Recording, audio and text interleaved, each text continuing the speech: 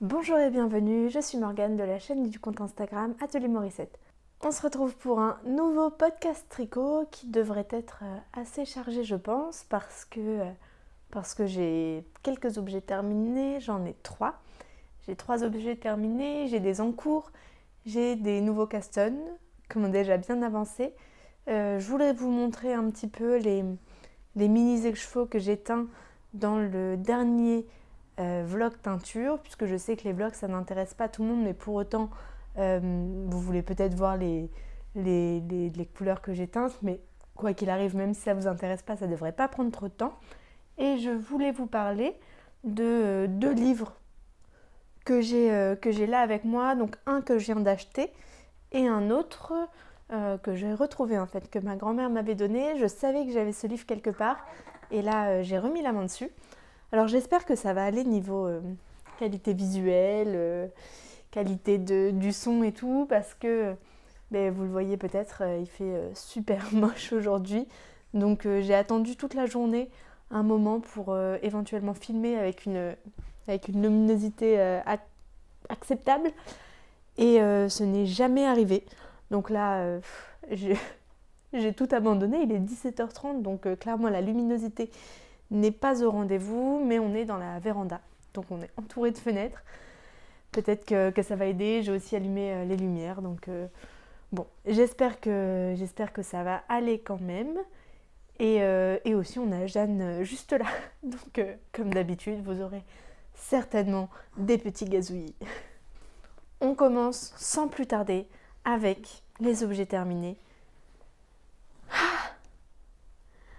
Mon Louisiana sweater. J'ai terminé mon Louisiana sweater. Enfin. Donc, ce Louisiana sweater. Pour rappel, je tricote la première taille en 8 mm au lieu des 9 mm en tenant en double de la R de Drops.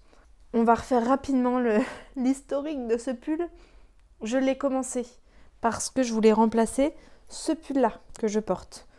Parce que je m'étais dit, je ne sais pas pourquoi, je n'aime pas ce pull, il ne me va pas. Voilà.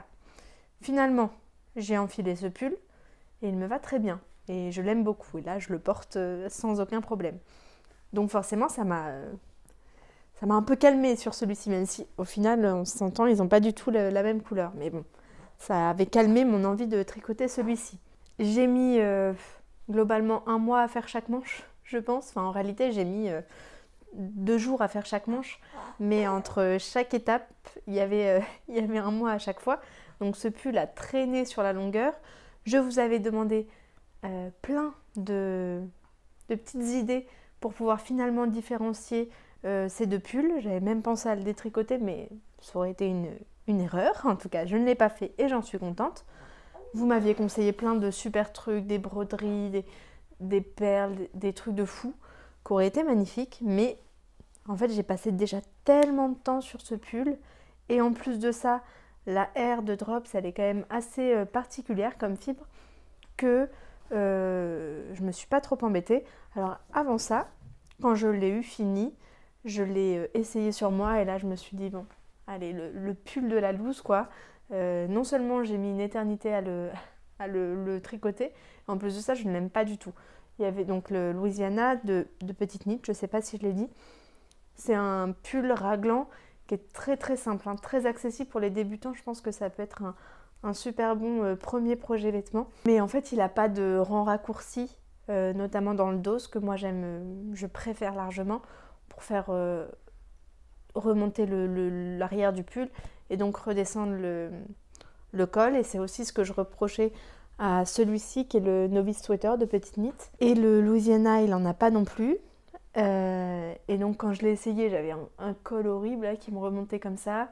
Les manches, c'était pas beau. C'était pas très harmonieux, c'était pas joli. Et je me suis dit, bon, je vais le bloquer quand même parce que on le sait, la magie du blocage, parfois, c'est quand même assez impressionnant.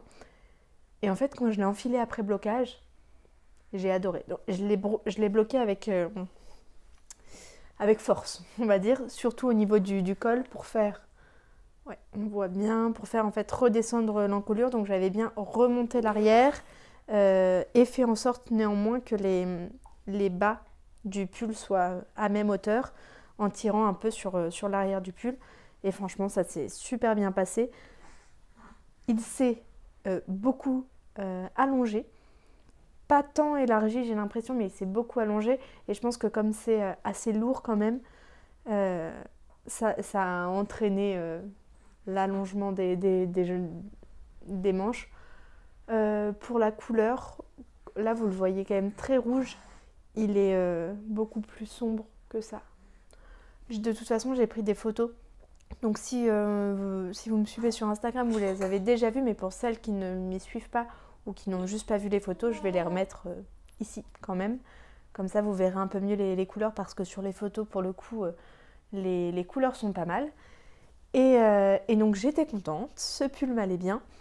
Et je me suis dit, bon, maintenant, qu'est-ce que je fais quoi? Parce que même si finalement ils sont assez différents ces deux pulls, ça m'embêtait quand même d'avoir deux pulls rouges. Même si c'est pas le même rouge, ça reste deux pulls rouges très simples. Il y en a un qui est en yoke, l'autre qui est en raglan, mais franchement, au niveau du style, en fait, ils dégageaient la même chose et ça me convient pas. Donc je me suis dit, les petites broderies, les fleurs et tout, mais la R de Drops, c'est vraiment particulier comme fil et ça faisait pas joli. Je trouvais que ça ne faisait pas joli.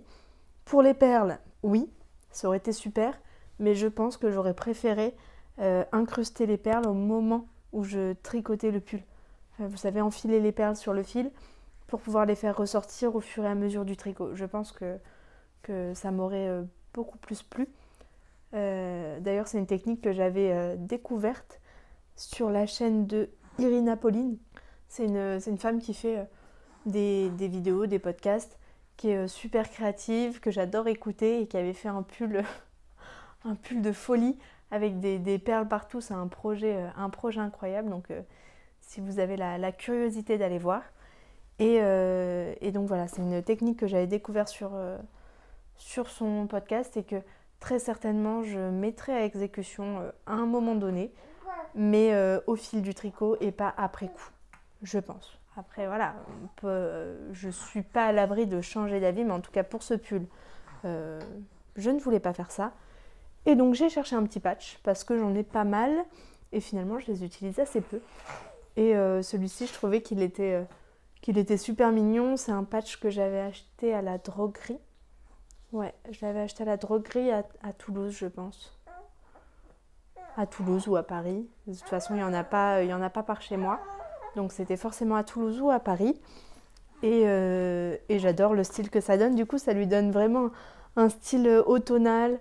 Il est super mignon. Il est vraiment mignon. Je l'ai porté avec une petite jupe en jean. J'ai porté avec un pantalon violet. Enfin, je l'aime beaucoup finalement. Il est super chaud. Et en revanche, il n'est pas si doux que ça, je trouve. Alors comme vous le savez peut-être, si vous avez l'habitude de suivre mes podcasts, moi je ne suis pas du tout sensible à la laine, donc il ne me gratte pas. Mais il n'est pas très doux. Voilà, il faut... parce qu'on pourrait croire la Drops, comme ça elle est toute aérée et tout, mais moi je trouve que c'est pas spécialement doux. On va en finir avec ce pull. Il nous a déjà pris assez de temps au cours des podcasts précédents, donc là c'est terminé, vous n'en entendrez plus parler. Et j'en profite pour parler quand même d'une vidéo que dont je vous avais un peu parlé. C'était la vidéo FAQ, donc vous m'aviez posé quelques questions sur Instagram, dans les commentaires, etc. Et j'ai filmé cette vidéo, je l'ai montée, mais c'est une vidéo que j'apprécie pas, tout simplement, donc je ne la posterai pas. Il y avait quand même quelques questions qui étaient intéressantes, donc je vais y répondre naturellement au cours du ou des podcasts, et peut-être qu'il y a quelques questions en particulier sur lesquelles je reviendrai. Mais en tout cas, voilà, c'était une vidéo avec laquelle je n'étais pas à l'aise, donc tout simplement, je vais pas la publier. Et j'en viens à parler de ça, parce que vous m'aviez demandé si j'allais remplir les descriptions YouTube et si j'allais compléter mon Ravelry, tenir à jour mon Ravelry. Et je mets tout ça un peu ensemble parce que remplir les descriptions YouTube, oui, j'aimerais le faire, mais c'est vrai que ça prend du temps et c'est souvent un temps que je préfère passer à faire autre chose. Voilà, il faut être honnête. Mais c'est vrai que des fois c'est frustrant, je sais que je parle de choses et vous ne le retrouvez pas dans la description, donc c'est embêtant. Et pour ce faire, ce que je vais mettre en place, en fait, c'est juste en effet de tenir à jour mon Ravelry. Comme ça, ça me fera moins de travail en fait à chaque fois que je dois remplir les descriptions. Et donc j'aurai peut-être un peu moins peur de le faire. Donc oui, je compte tenir à jour mon Ravelry. Alors peut-être que ce sera des fois un petit peu décalé, mais au moins ça permettra que je puisse juste vous mettre mon lien Ravelry dans la description. Et comme ça, vous pourrez retrouver, voilà, je vous parle de ce pull, vous retrouverez le coloris. Je m'avance un peu, je ne sais pas si je vais remplir le coloris, mais vous pouvez retrouver certains détails, notamment le modèle. Et au moins, vous aurez déjà un petit condensé d'informations. Quand il y aura des choses un peu particulières, j'essaierai de les mettre en description. Et de toute façon, quand vous avez des questions, vous pouvez toujours me les poser en commentaire. Je mets parfois un peu de temps à répondre aux commentaires, mais j'y réponds toujours. À un moment donné, j'y réponds toujours. Donc voilà. J'ai 2 autres projets terminés, dont un que vous voyez sur ma tête depuis tout à l'heure. Et en fait, le deuxième, c'est plus ou moins la même chose. Donc ce sont des petits headbands que j'ai patronné moi-même, qui sont super simples à réaliser. Et en fait, je vais vous je suis en train de vous préparer une vidéo tutoriel pour réaliser ces headbands. Donc celui-ci est en fingering, c'est un reste de mérino de Listelor en couleur émeraude. Et celui-ci est en déca, c'est un reste de mon Whitmore cardigan. Donc c'est de la BFL d'Erica Knight. Et d'ailleurs, pour ceux qui se posent la question, je l'ai porté donc, hier toute la journée, donc je l'avais sur le front. Et le front, je trouve que c'est quand même une zone qui est assez sensible à la laine, au picotement. Et ça m'a pas gratté de toute la journée, hein. Je l'ai vraiment gardé toute la journée et ça m'a pas du tout gratté. Donc voilà, ça peut être bon à savoir. Alors encore une fois, je suis pas très sensible, mais quand même sur le front, ça peut vite me déranger. J'ai vite tendance à passer ma main en dessous d'un bonnet, d'un béret, etc. pour pas que ça me gratte, mais ça me dérange. Et là, pas du tout. Mais alors avec le mérino, le mérino de Listelor, évidemment, on est à des années-lumière de quelque chose qui gratte. Et donc ces petits headbands, je vais vous faire une vidéo en fait pour... peut-être que ça s'adressera pas à vous directement, mais ça s'adresserait plutôt à des personnes qui voudraient commencer le tricot sans savoir par où commencer. Et donc j'aimerais qu'avec cette vidéo, on puisse faire un projet de A à Z. Savoir que ça, c'est très très simple, que ça prend pas du tout de temps. Moi, ça m'a pris les 2, je les ai tricotés en une soirée. Comme ça, après le travail, je fais ça et ça me prend, oui, une soirée, donc 2 heures, je pense. Ouais. 1 ou 2 heures, peut-être 1 heure pour celui-ci, 2 heures pour celui-là. Ce qui prend le plus de temps, à la limite, c'est les calculs. Mais...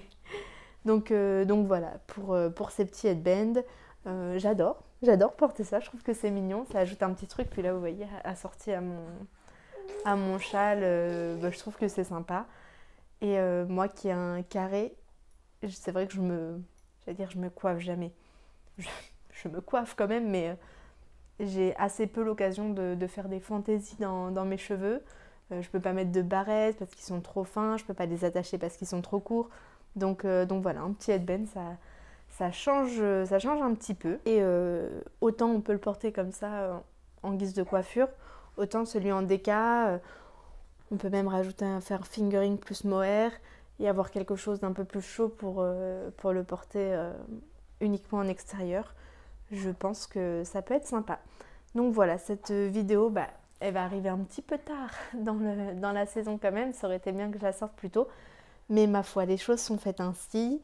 Et je suis en train de vous la préparer. Et elle sortira assez prochainement.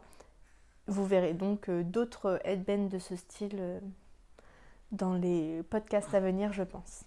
Et c'est tout pour mes projets terminés. Je vais vous montrer rapidement les 2 projets que j'ai en cours depuis assez longtemps, sachant que je ne sais plus trop où j'en étais sur les précédents podcasts. Mais bon, c'est pas très grave. Évidemment, là, celui que je vais vous montrer en milieu de rang, parce que sinon, c'est pas drôle. Hein. On risquerait de ne pas perdre de mailles, voilà. Donc voilà, je suis en milieu de rang sur mon Eustache. Magnifique, n'est-ce pas? Bon, je crois que la luminosité n'est vraiment pas top, mais c'est des projets que vous avez déjà vus, donc globalement, vous savez à quoi ils ressemblent. Et on ne va pas y passer 3 heures. J'essaie de vous montrer quelque chose d'à peu près présentable. C'est pas du tout présentable. Bon voilà, le Eustache, en gros, j'ai fini les raglans. J'ai réuni mon corps, enfin j'ai séparé les manches et le corps, et j'ai fait 1,5 cm sous emmanchure. En fait, j'ai pas beaucoup tricoté sur ce gilet là dernièrement, parce que je me suis beaucoup concentrée sur mon châle que je vais vous montrer juste après, et sur mes petits headbands et sur mon nouveau caston, évidemment, vous allez le voir. Donc il n'a pas trop avancé, mais je prends toujours beaucoup de plaisir à le tricoter. Et à partir de maintenant, c'est du zéro cerveau. Le seul problème, c'est que j'ai quand même j'ai pas mal de mailles sur mes aiguilles, et le projet est quand même assez volumineux déjà. Donc c'est vrai que pour l'emmener un peu n'importe où, c'est pas l'idéal. Donc c'est pour ça qu'il avance pas des masses non plus. Mais il va avancer sans aucun doute. Hein. Il n'est pas en peine, c'est ce que je veux dire. Donc voilà pour le Eustache. Donc Eustache d'Aurélie Lapoule, d'Hélène, que j'ai teinte moi-même, dont vous voyez assez mal la couleur, mais que vous avez déjà vu dans les podcasts précédents. Et le deuxième en cours, c'est mon châle Ripvolt de Stephen West. Donc la dernière fois que je vous l'ai montré de mémoire, j'en étais ici, c'est-à-dire à l'avant-dernière section. Et j'ai fait la dernière section. J'ai galéré à faire cette section. Je sais pas pourquoi. En fait, je me suis emmêlé les pinceaux dans l'endroit où j'en étais dans le patron, et j'ai dû défaire et tout. Enfin, c'était un peu une catastrophe. Mais j'ai fini par réussir. Et je suis donc arrivée au moment où on ajoute la nouvelle couleur. Donc, pour rappel, ici, c'est de la bien-aimée. Et ça, c'est un Life in the Long Grass. Et ça fait super joli. Ça fait super joli. Il faut pas mal compter là où j'en suis. Donc je pense que j'ai fait des erreurs. Mais en fait, le coloris est tellement chamarré. Et puis, c'est des erreurs de peut-être une maille. J'ai dû... à un moment donné, il me manquait une maille à la fin de mon rang. Donc, ça veut dire que je l'ai oublié quelque part. Mais que j'ai oublié une augmentation. Hein, je n'ai pas laissé tomber de maille. Mais j'ai dû oublier une augmentation quelque part. Mais je ne vais pas défaire des rangs de 600 mailles juste pour ça. Donc, en effet, là, on est sur du 600 mailles, à peu près, sur les aiguilles.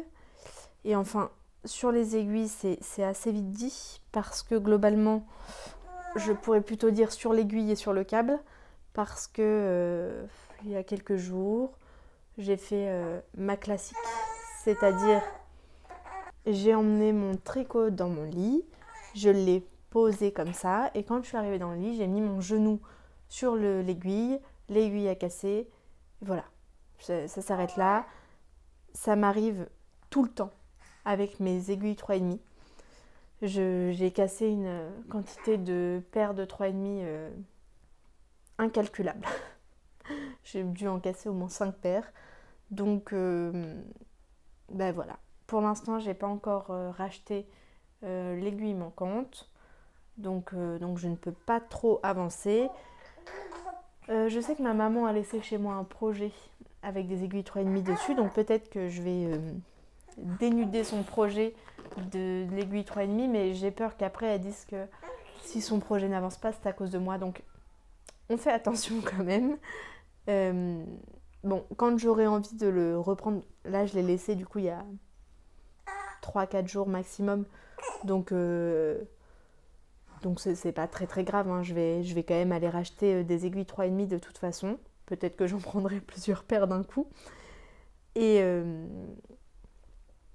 alors on pourrait se dire que je vais acheter des aiguilles métalliques, mais sur des petites circonférences comme ça, je suis pas fan d'aiguilles métalliques. Déjà en règle générale, je préfère les aiguilles en bois. Et en plus, comme je tricote serré et que parfois je suis vraiment très tendue sur mes aiguilles, j'ai tendance à tordre les aiguilles métalliques. Donc ça m'arrive en tout cas très très souvent sur mes 2,5, mes aiguilles à chaussettes quand je fais du Magic Loop par exemple. Mais 3,5, je crains de ne faire pareil. Donc on verra bien. Peut-être que j'achèterai une paire de métallique et une paire en bois. Comme ça j'aurai ma métallique de secours quand j'aurai mis de nouveau mon genou ou ma fesse sur mes aiguilles 3,5.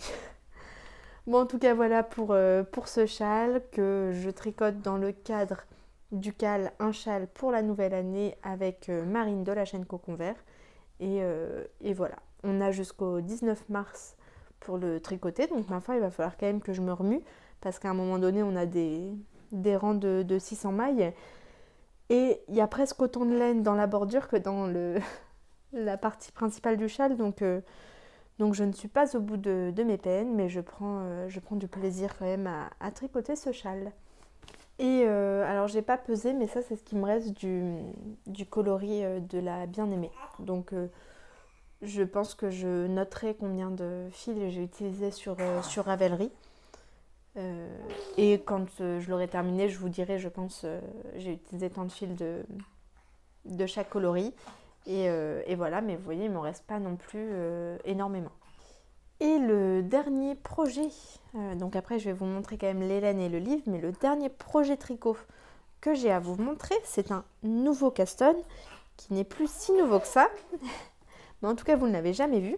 Et c'est le Nordic Bloom de Kathleen Hunter, donc c'est une veste sans manches, enfin, elle peut se faire avec manches, mais moi je la fais sans manches, qui reprend le motif de jacquard du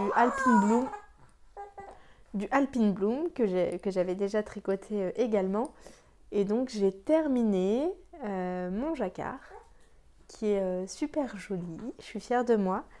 J'ai quand même eu quelques difficultés, non, mais quelques ajustements à faire avec ce patron, pas à cause du patron, je précise bien. Je ne fais jamais d'échantillons. D'ailleurs, c'est peut-être quelque chose que je vais essayer de changer pour m'éviter ce genre de désagrément, même si bon, il n'y avait pas de drame. Donc, par rapport à mes mensurations, je devais faire la première taille. Et j'ai monté mes mailles, j'ai fait mes côtes. J'ai commencé mon jacquard et arrivé peut-être ici. Donc ça se tricote du bas vers le haut. Donc arrivé peut-être à 3-4 ans de jacquard. Je me suis dit que ça avait l'air quand même sacrément petit. Et donc j'ai mesuré sur mon projet l'échantillon qui n'était pas bon du tout. Il était beaucoup plus... j'avais beaucoup plus de mailles au 10 cm que ce que demandait l'échantillon. Donc mon projet allait être beaucoup plus petit que ce qu'il ne devait être. Ça se tricote en aiguille 5,5. J'utilise de la Rios de Malabrigo qui, au vu de son grammage, de son épaisseur, est plus proche de la DK, une DK un peu épaisse. Et donc en 5,5, ça pourrait faire un peu bizarre, mais je trouve que finalement ça va très très bien. Ça fait un joli point. J'aime bien ce que ça donne en 5,5. Donc j'avais pas envie, enfin j'aurais pu changer de taille d'aiguille, mais j'avais pas envie de ça. Enfin, surtout en fait si je changeais de taille d'aiguille c'était pour augmenter et ça n'aurait pas du tout été. Donc j'ai refait mes petits calculs, mes calculs en croix là, etc. Et j'en suis arrivée à la conclusion que je devais monter à la taille 3 pour retomber sur mes pattes sur les mensurations de la taille 1 avec l'échantillon du patron. Donc c'est ce que j'ai fait, j'ai tricoté la taille 3 et voilà. Voilà où j'en suis. Donc là, j'ai terminé le motif de jacquard. J'ai séparé les manches, le dos, les manches, non, le dos et les deux devant. Et je me suis arrêtée là. J'ai séparé peut-être avant-hier, hein, donc c'est pour ça que ça n'a pas encore avancé. Donc là, je vais commencer à faire un devant, l'autre devant, je suppose, et ensuite le dos. Et après, il doit y avoir juste le stick à faire quand même, le stick à couper. Je suis surexcitée de couper dans mon tricot, ça me donne très très envie. Allez savoir pourquoi, mais ça me met en joie de couper dans mon tricot. Et donc je vais faire le stick et ensuite j'aurai juste les bords-côtes des emmanchures et des entournures peut-être et la bande de boutonnage. Je pense que c'est un projet qui va être très très rapide pour plusieurs raisons. J'adore le tricoter. La laine est super agréable, j'adore. En plus de ça, c'est des aiguilles 5,5, donc ça monte à une vitesse astronomique, d'autant qu'il n'y a pas de manche, donc forcément ça enlève déjà pas mal de temps de tricot. Et en plus de ça, j'ai très envie de le porter. Je pense qu'il va être parfait pour cette saison où nous commençons à accueillir de nouveau le soleil. Bon, c'est un peu ridicule de dire ça alors que je suis absolument orange parce que j'ai dû allumer les lumières, que dehors il fait un temps abominable. Mais on devrait accueillir le soleil bientôt quand même.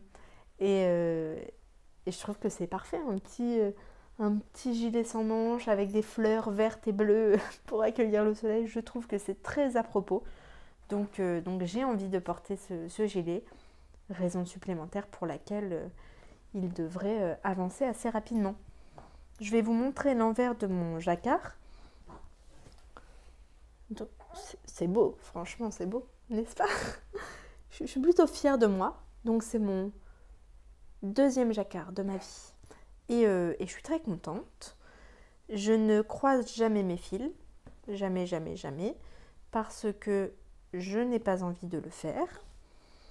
Et du coup, je ne sais pas le faire hein, parce que je ne l'ai jamais fait. J'ai pas envie d'apprendre parce que j'en vois pas l'utilité.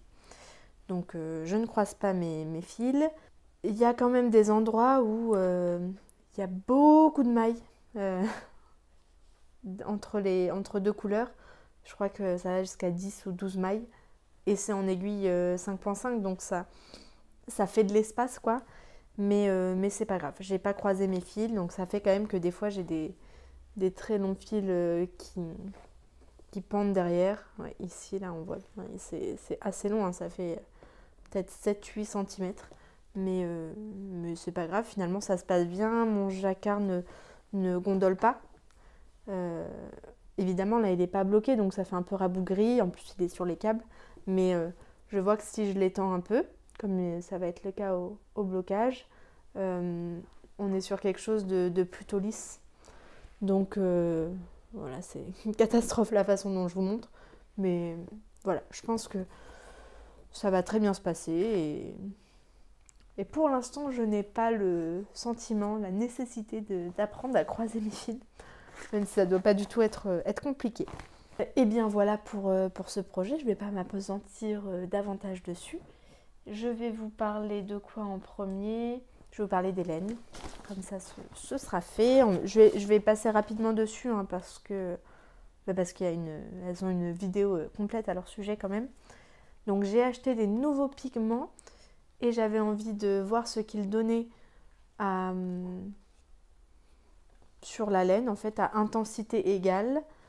Donc c'est pas des couleurs que j'avais envie de teindre, mais en fait c'est les couleurs de mes pigments à une intensité moyenne. Donc voilà. Non, j'en ai un ici.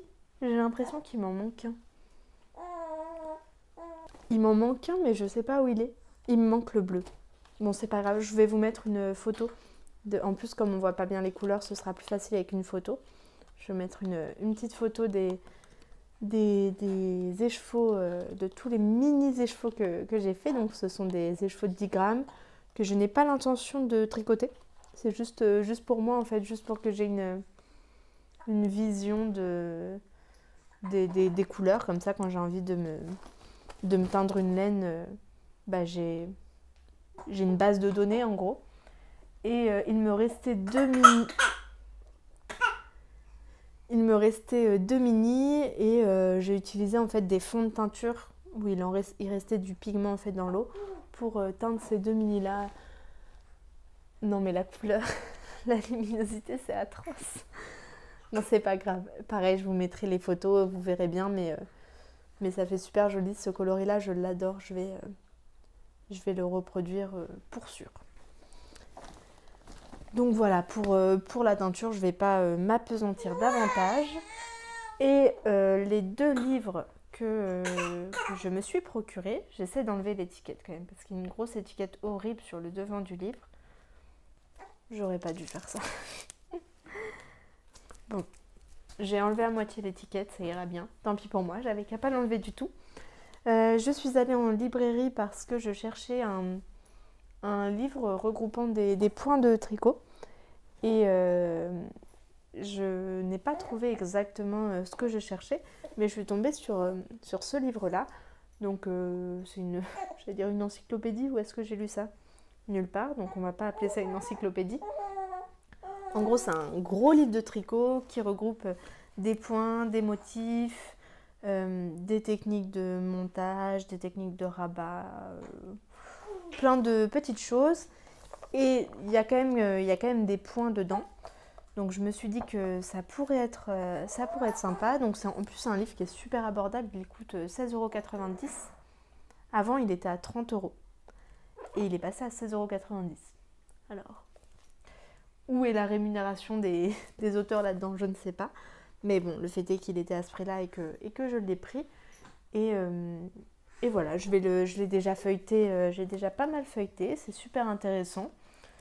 Et bon, je me servirai... Alors il y a aussi des patrons dedans, mais vraiment je pense pas réaliser les patrons qu'il y a dans ce genre de livre. Souvent c'est un peu bateau comme réalisation, mais je trouve que ça donne de chouettes idées, ça apporte plein de sujets, donc c'est assez sympa. Voilà pour celui-ci.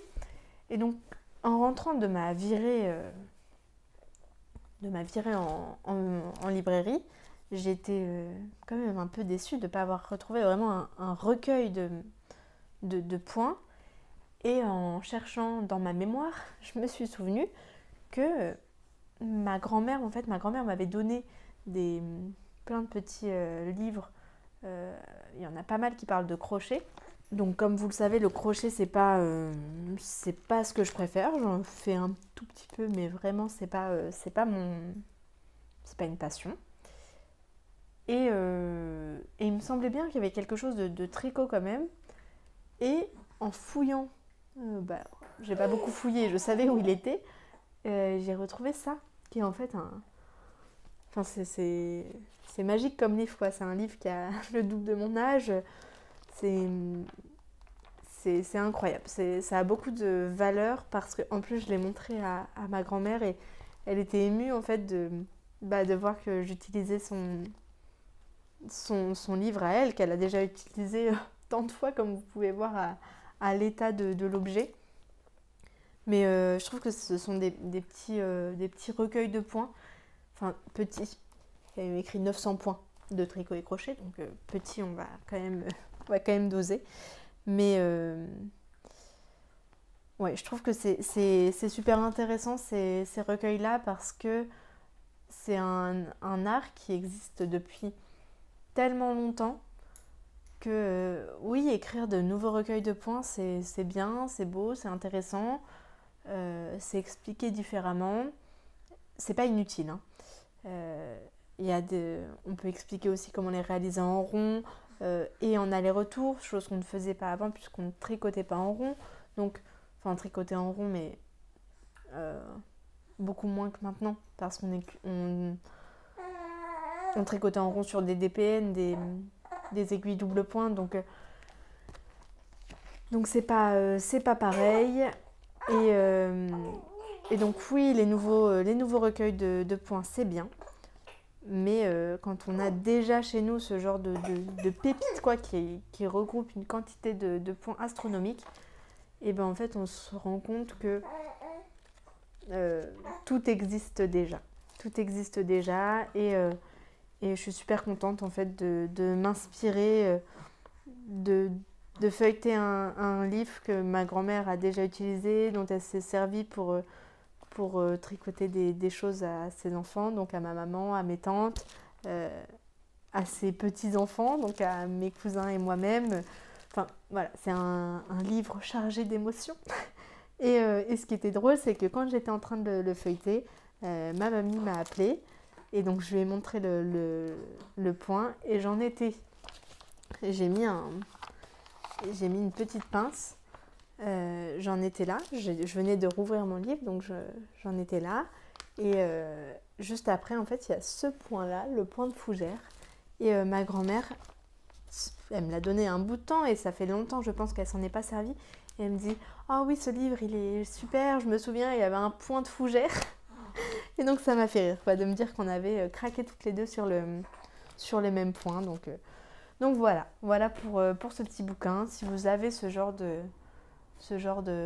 livre chez vous, soit ça vous est utile ou alors ça a de la valeur pour vous et gardez-les. Ou alors n'hésitez pas à les mettre en vente sur Vinted par exemple si vous ne vous en servez pas parce que c'est super important. En fait, surtout ce que je veux dire, c'est pas de les mettre en vente sur Vinted, c'est surtout de ne pas les jeter. Voilà. C'est plutôt ça le fond de ma pensée. C'est de ne pas jeter, de ne pas perdre de jolis... je ne sais pas. De ne pas perdre ces vieux livres, ces vieux magazines-là qui... oui, à première vue, franchement, quelqu'un qui tricote pas, il voit ça, je pense qu'il le fout à la benne, quoi. Hein, parce que le truc, il est déchenillé. On se dit qu'il n'y a rien à en tirer, que c'est un vieux machin.